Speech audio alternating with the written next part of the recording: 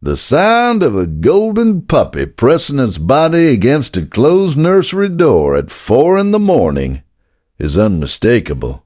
A low, steady wait, a scratch, a pause. Then again, Claire sat up before her brain finished waking. She had been a respiratory therapist for 9 years. She knew the difference between a pet that wanted attention and a pet that needed something. This was the second. She crossed the hall barefoot. The hallway nightlight made everything look softer than it was.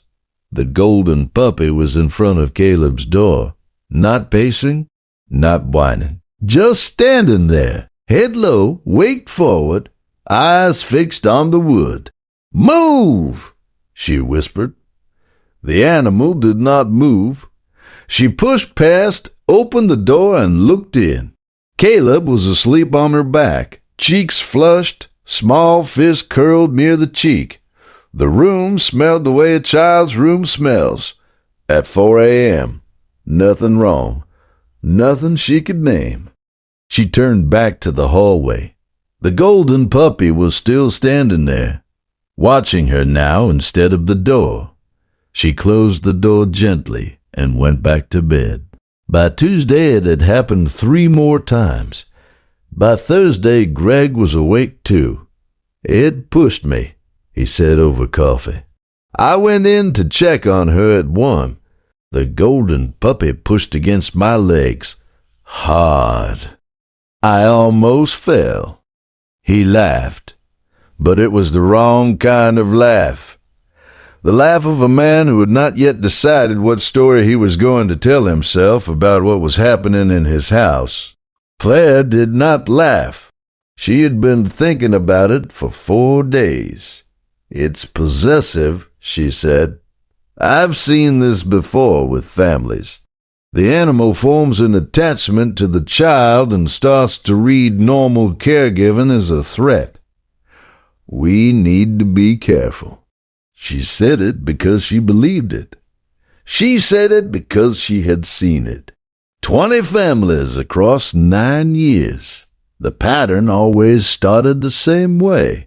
The animal positioning itself between the parent and the child, the animal refusing to move, the animal escalating until somebody got bitten or somebody got hurt. She knew what came next. On Friday, she called the rescue she had used for 2 previous families. She did not tell Greg she had called. She told herself she was just exploring options. She told herself she had not decided anything yet. On Saturday morning, the golden puppy would not let her into the nursery at all. It stood across the doorway with its body turned sideways. When she stepped forward, it stepped forward with her. Not aggressive. Just there, filling the space she needed to fill. Caleb was crying inside the room, a short, breathy cry that Claire did not recognize. Not hungry, not tired. Something else. She tried to push past. The golden puppy did not move. Mark. Her voice came out flat. "Get this thing out of here. Now." He carried it down the hall and put it in the laundry room and shut the door. The animal did not fight him. It just looked back over its shoulder once at the nursery before the door closed. Claire went into the room. Caleb was on her side. Her lips were a color Claire had only seen at work. A color she had not been ready to see at home. Her chest was rising too slowly. The fingertips were dusky. What followed took 11 minutes that felt like 4 hours. The 911 call. The voice on the phone telling her exactly which way to position the child. The lights of the ambulance turning the bedroom blue and red, and blue and red. The IV. The oxygen mask the size of Caleb's whole face. In the hospital, hours later, The ER physician who took over the case sat down across from her with a chart in his hand. It was an allergic reaction to a new formula building under the skin, he said. Another 9 minutes, and we would be having a very different conversation. That came later. She just nodded the way you nod when you do not yet know what to do with what you have just been told. Was she symptomatic before this morning? The doctor asked.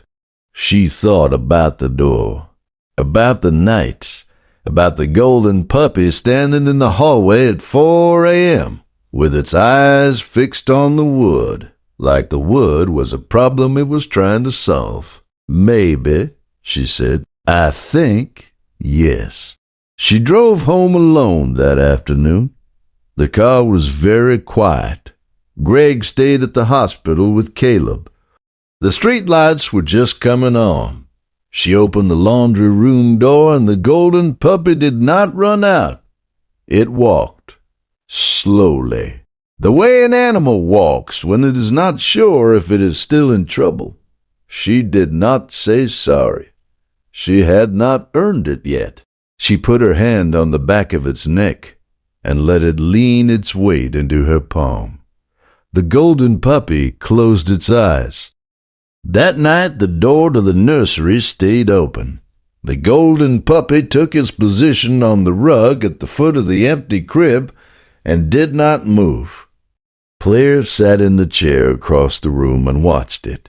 Sometime around 2 a.m. she stopped trying to stay awake.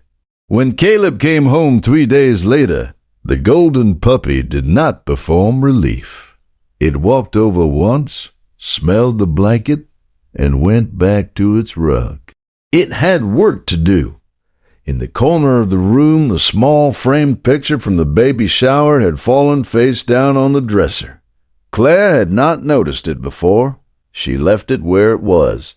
She had stopped needing things to look like anything in particular. The phone vibrated on the counter at some point before dawn. She did not look at it. She watched the rise and fall of the small chest in the crib and the steady weight of the animal on the rug at her feet. And she thought about how many other parents and how many other houses and how many other towns had been one closed door away from a story they would never learn the ending of. She would tell this one, eventually. Not yet.